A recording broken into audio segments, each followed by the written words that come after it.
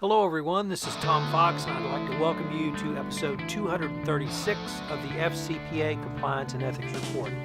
The FCPA Compliance and Ethics Report is sponsored by Advanced Compliance Solutions, your one-stop shop for all things FCPA compliance related.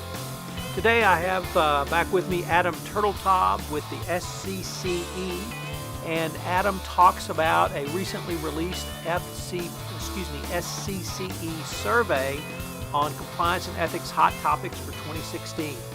It gives very interesting information about what compliance practitioners and chief compliance officers are worried about going forward, and some of the things that you might look for as the year progresses. The episode comes in at just under 24 minutes. I hope you enjoy it. Thank you very much for listening. Hello everyone, this is Tom Fox and I'd like to welcome you to this episode of the FCPA Compliance and Ethics Report. Today I am in Houston, Texas, talking to Adam Turteltaub with the SCCE. He is in Houston to help us with the SCCE's Utility and Energy Conference 2016. And I asked him if he could take some time to talk about a very interesting survey which was released today by the SCCE and the Healthcare Compliance Association entitled Compliance and Ethics Hot Topics for 2016. So Adam, welcome. Thank you, and thank you for having me and giving me an opportunity to sit down for a little bit during our conferences. Well, Adam, could you give us some of the highlights from this year's survey and any of the trends that might speak to you a little bit?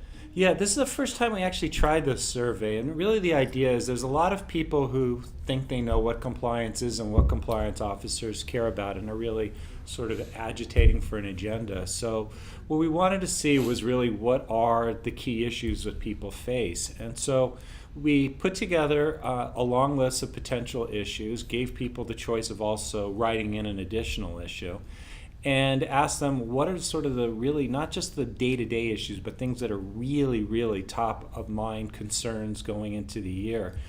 And I think, the biggest initial learning was we were shocked by how much response we got and how quickly. I mean, we had 900 responses in something like 4 or 5 days. And once we got the data in, what was interesting to see is the number one issue, which was cybersecurity and cybercrime. 39% of people said that was one of their top risks for the year. I think if we went 5 years ago, it wouldn't have even scored in the third or fourth levels of tiers of groups of 5. It might not even been on the list, period, or even covered. But let me ask you, I was intrigued by that, but number 2 was social media compliance risk. Right. Is that really tied into cybersecurity, or is it something different? I think it's 2 different topics, though they are related. I mean, there's a large part of the issue, obviously. Cybersecurity, cybercrime, you're dealing with everything from hackers to employees being careless with things like flash drives and so forth. Social media, a lot of the risk is employees saying and doing the wrong things online, giving out information that they should have. However, there is a nexus, as we learned from various presentations the FBI has given at our meetings.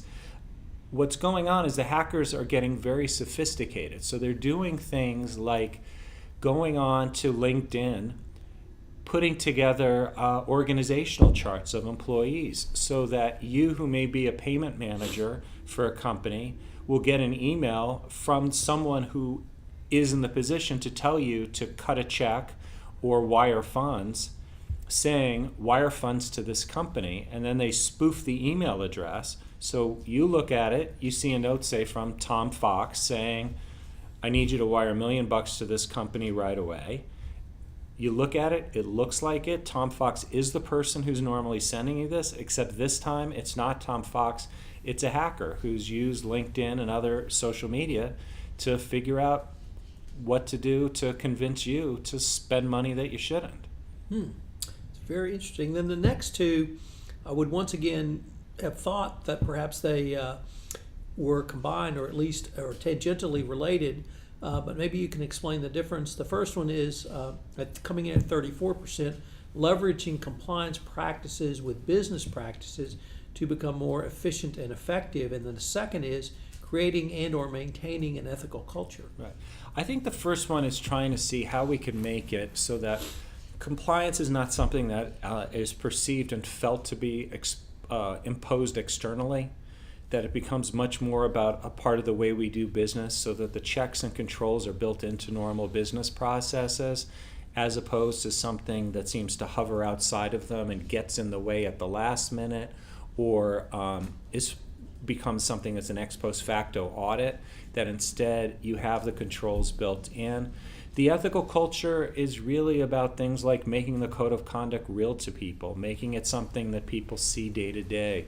I think one of the interesting examples we saw here today was Amy Lilly from CenterPoint Energy was showing how the CEO there took the Volkswagen scandal and used that as an example of things that we don't want to have as part of our culture, and encouraging employees to use this as a way to really address this issue and start thinking about what are our risks and how do we as an organization want to make sure we don't fall into the same trap. And then coming in at 31%, so unlike the South Carolina primary, we had a large group, a close grouping of a large number, was more effective internal investigations. What do you think is causing people to feel like their internal investigations are not effective? Yeah, I think that's one of those anxiety issues across the board. I mean, if you go to the Compliance and Ethics Institute, we always have a pre-conference full-day workshops on internal investigations, and we have breakout sessions, and they are always packed. I mean, I still remember a bunch of years ago, Merrick Block gave a session during the meeting, and an hour and 15 minutes later, and it was at the end of the day, so this was possible, there were still people asking questions in the room. I mean, it just is one of those areas where people are extra anxious. And honestly, I think part of it was seeing it on a list really touched the nerve for them. The other point I should have raised in the prior two issues, the leveraging of compliance practices and maintaining an ethical culture, I also found it interesting that I think the Department of Justice has really been emphasizing, as you said, putting compliance into the business.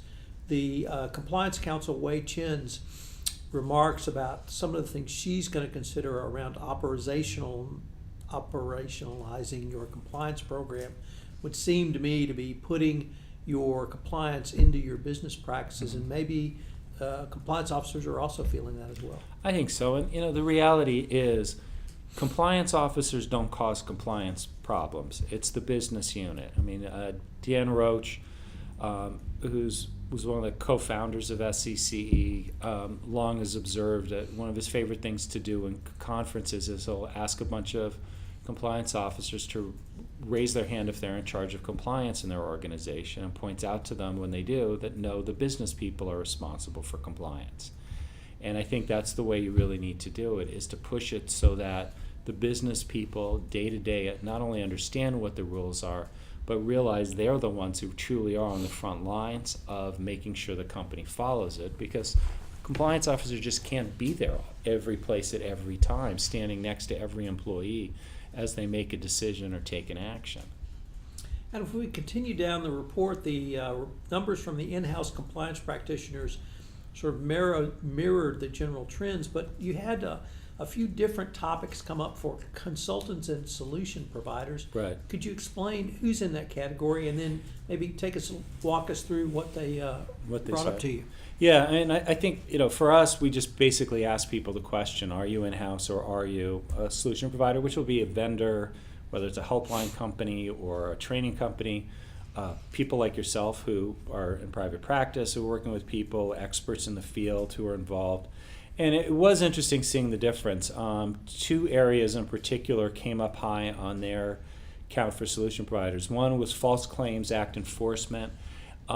We didn't ask them, solution providers, what industry they're in, obviously, because they're solution providers. My guess is that's driven a lot by the healthcare folks who see a steep rise in that as an issue. And I believe later on in the survey where we asked healthcare people what they thought was the key issue, False Claims Act enforcement came up very high. Yeah, I just quickly scrolled and saw it did. And then the other issue was the Yates memo. And I think it was a very interesting, I don't know why, honestly, but they seemed more interested in it than most of the in-house people did. Right. And I don't know if it's just a different perspective, if it's something that people think will get more attention for the issue and for the needs of solution providers, or it's just from their perspective, they see it as more of a sea change. The question honestly will be, who's right over this issue? Is it going to be a sea change in terms of enforcement or not? Will have yet to be seen. And somebody will get bragging rights sometime in the next 2 or 3 years, is my guess. Moving on to multinational companies and small companies. Multinational companies, I was both intrigued and comforted by what they thought was the number one issue, which was third-party risk. I was intrigued because it's still third-party risk. I was comforted because it's still third-party risk. Right. So any kind of thoughts on, Yeah. I mean, here we are, 10 plus years into this new era of FCPA enforcement, and it's still third-party risk. Yeah. And I think what's going on here is several things. First, you've got the fact that the more people get into it, I think the more they realize how complex it is and how many different places there are risks in their supply chains, that you really can't just look at sort of the top 1 or 2 vendors. You've got to look who's doing what, where, and what the risks are. Secondly, I think part of it has to do with the fact that one of the things we're seeing as an organization is our growth, especially international. It used to be we could count on the room mostly being made up of large U.S. and other global companies. Increasingly, we're seeing sovereign wealth fund companies and companies that are lower down the supply chain to organizations who, because they're part of the supply chain, the companies they're selling to are saying, what's your compliance program? And that's forcing them to now look and say, well, gee, as I understand this, I not only got to get my house in order, but I have to get my suppliers in order so I can sell up. The other thing that may or may not be factoring into this, but I think increasingly will be, is the issue of modern slavery, human trafficking. That if you look at the UK Modern Slavery Act, that is all about third-party risk. It's not just what your company is doing, but really focusing on what's going on in your supply chain. That's a new area for companies to be mindful of. The fortunate thing is the same third-party risk management structures you've put in place to go vetting through the third parties are tools that can be useful in this area as well. It's obviously you're looking for something different, but you've already re-engined your theory, and we're seeing the vendors in this space already starting to offer modern slavery, human trafficking services as well. And any thoughts on perhaps you may be even a little closer to the California supply chain law? No, I don't. Other than the fact that, look, we're starting to see a convergence of laws. There was, I believe, a federal one too on this issue. That it's one of those things that I think is likely to be the next big issue. One of the things that I think business makes a mistake on when it comes to this issue of ethics and compliance is there's this constant sort of stair-step approach that we walk along thinking we understand what the floor is for behavior and what social expectations are. And then there's an inflection, there's a trip that happens when people stumble and realize suddenly, gee, this isn't acceptable behavior anymore. The government and the public won't stand for it. And so the floor gets raised, we all take a step up and we walk on. The reality is I think expectations sort of rise in a ramp and we get to the point where we're out of step with what expectations are. Issues come up that people didn't expect. I mean, you look 15 years ago, FCPA was a fringe issue for most companies. Right. Now it's led to it's become a huge problem, it's a huge industry, and it's led to a lot of growth and compliance programs with a lot of positive effects.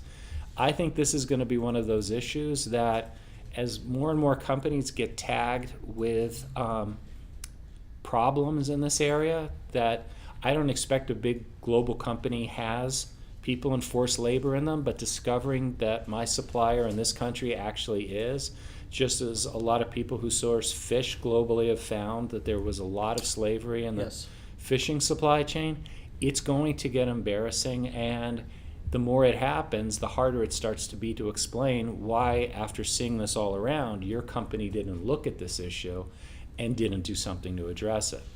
I've consistently talked about business solutions to legal problems, and there I was focusing on compliance as a solution to the FCPA, but after listening to your answer, I may change it to business solutions to reputational problems. Yeah. Because you're exactly right. Certainly, a Western company's not going to have direct slavery inputs, but if someone down the supply chain does, and it's at a country very far away, yet the minute that hits U.S. social media, that company could suffer significant reputational damage. Yeah, and I think it's one of the things that companies need to realize is reputational damage tends to accrue to the biggest brand name. Right. So nobody cares that company with a name you can't pronounce in a country you've never been to did X. But if the headline is, and I'm sorry to pick on them, but they're across the street from where we're sitting right now, Old Navy pants supplier does that, right, that the public can understand. So the risk is that's the biggest brand name in there, that's the one who's going to face that issue. So you have some other entities listed here, although I don't really notice any different focuses or issues that have been raised. Could you tell us maybe at the healthcare companies, because I know we have a large HCCA, the Healthcare Compliance Association. Yes, right. So what do you see from the healthcare companies' responses? Well, I think in the healthcare, social media being so high is a chronically large issue for them. You know, the classic example given... Is it data privacy? No, it tends to be sort of innocent stuff is a lot of the problem. A nurse posts a picture with a favorite patient. That's actually a HIPAA violation on her Facebook page. You're dealing with a lot of chances where people can share what you or I would share as a normal work experience and has no legal import that we share. If you're doing it in a healthcare setting and you're disclosing something about a patient, you suddenly have a privacy concern. And there's great risk for that as more and more stuff is being done on handheld devices, that somebody's just used to typing the patient data into their handheld device, may go over to social media and just do it just as casually without thinking about it. And there's other risks as well. So it's a big problem, area of concern for them. And obviously the cyber issue is hugely important because it's used nonstop. And we just had an incident this past week in California where a hospital got blackmailed. A hacker took over their systems. I think they paid 17,000 Bitcoins to get their systems back, which, you know, to me is a new level of appalling behavior by a hacker to put people's lives at risk. Let me change the subject just a little bit. You're down here in Houston for the Energy and Utilities Conference. Looked like we had I think you said 140? I think it was 160 total. 160, so we had a great turnout, particularly in this economic environment. But any just general observations you've had so far? I think in general, it's the same. A lot of the current issues continue to go on in terms of, again, of anti-corruption, third-party risk. Utilities obviously different. They are concerned with a lot of the FERC and NERC regulatory issues there. But it's notable we're going to have a general session tomorrow on human trafficking as an issue there. I mean, a lot of oil companies do business in parts of the world where you don't have the labor safeguards that you do in this country. And I think one of the things that it speaks to the commitment in the oil and gas industry and compliance is that we did our academy every year in Dubai. This year, interestingly enough, attendance doubled, and we sold out the meet, or more than doubled, and we sold out the meeting. And it was a lot of companies, obviously, given that part of the world, in the oil and gas business. Though I have to say, it was interesting about that program. We drew a lot of attendees from Africa, which we put it there because it would be more convenient to Africa. Right. But we were really surprised to see such large numbers from across the continent, and including from governmental entities there. I'd like to end with, you made an announcement this morning about one of, I think, the star events of the SCCE, or at least one of the great benefits, which is the FBI Academy. Right. And I was privileged enough to take part a couple of years ago. Found it just to be a fabulous experience. So could you conclude with telling the listeners a little bit about the FBI Academy, how they might apply for it, and why you think it's such a great deal as well as I do? I do so with great trepidation, only because I think last year we had 500 applicants for, I think, 70 slots. For those of you who are either members or have taken the time to register on our website, which is corporatecompliance.org, and registration is free, you'll get added to our mailing list. We'll send out an email, I think probably in the coming weeks, I'm not sure. The event will be in June this year. And it's a great program the FBI's own Office of Integrity and Compliance puts together for us, which the program has sort of two components to it. One is a look at what's going on in crime, everything from procurement fraud to a lot of cyber issues to what's going on in corruption, what FBI is doing about it. And the other part is a look at their own integrity program, which is rather substantial. Yes. In terms of they tie it into the Bureau's core values. There's a video where they talk about how people have had to apply the values and their other, I think they call them leadership principles, in their job, and they're not easy cases. And they talk about, for example, even when it comes to rigid adherence to the Constitution, even if you're being pressured by others in the government to do something, if you don't think it's constitutional, don't do it. And they give cases of that, and they talk about accountability. And one of the things I think is very laudable, too much of the world now, accountability means we have to punish someone. For them, accountability is making sure it never happens again, which is a far better goal than just saying, who can we punish? And the fun part is spend most of the day at Quantico seeing that facility and a lot of the training that goes on there, including usually we have the instructor who teaches when you can fire your weapon and when you can't. And interestingly, it starts with the Fourth Amendment to the Constitution about unreasonable searches and seizures. And it's very fascinating, and it's an interactive thing where a participant gets to, or several will get put in front of a screen with a Glock that's been modified to fire a laser instead of a bullet, and sees on a screen a situation, has to decide whether to shoot or not and when. It's a terrific exercise. It's a great window into their world. It's always, I think, inspiring. I think people leave pleasantly surprised at something they thought was going to be good. They didn't realize it was going to be that enjoyable too, and that's spectacular. And seeing the depth of their integrity program, it's rather substantial, and I think has good lessons for companies in terms of what they could do based on what they've seen the FBI has done. And so when you get that email, get your name in right away, because we only keep it the opportunity to enroll open very short, because we get so many applicants so quickly. And then we try and get a very random distribution of who comes. We encourage a group of people to go through it, and we try and say, pick big companies, pick small companies, different parts of the world, different parts of the U.S., and try and get a very good cross-section of the compliance community. And people have a very good time. And this year it's actually going to be a little bit longer. The DOJ wanted to have some time too. So I'm looking forward to it. And I encourage everyone to at least throw your hat in the ring, but don't get too disappointed if you don't get to go. You'll be in very good company. Well, I would just add three things. First of all, it took me 2 years of applying to get approved or to have the opportunity to go, so don't be discouraged.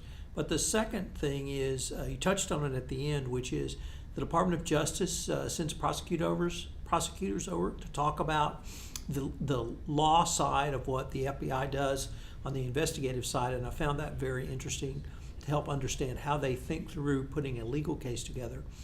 And the third thing, though, is the attendees. You have a cross-section of some of the top compliance officers in the United States, private practitioners such as myself, and you really have an opportunity to sit and visit on a very informal basis with some of the top compliance talent in the United States, in addition to having Adam there. So it's really a fabulous experience. The cost is just right, and I would encourage everyone who's listening to join the SCCE and apply for admission to the FBI Academy. And I too would encourage them to join, but I will say you don't have to join to attend. We make it open to anyone. So. Adam, with that, it's a real pleasure to actually be able to record a podcast with you in the same city. So thank you very much. All right. Hello, everyone. This is Tom Fox again. I'd like to thank you for listening to this episode of the FCPA Compliance and Ethics Report. I have a call to action for you. As many of you know, I have mailbag episodes, and I love to answer questions from listeners. So if you have any questions, I hope you will email me at tfox@tfoxlaw.com, and I can explore your question on an upcoming episode. This is Tom Fox. I'd like to thank you again for listening, and I look forward to visiting with you again on the FCPA Compliance and Ethics Report.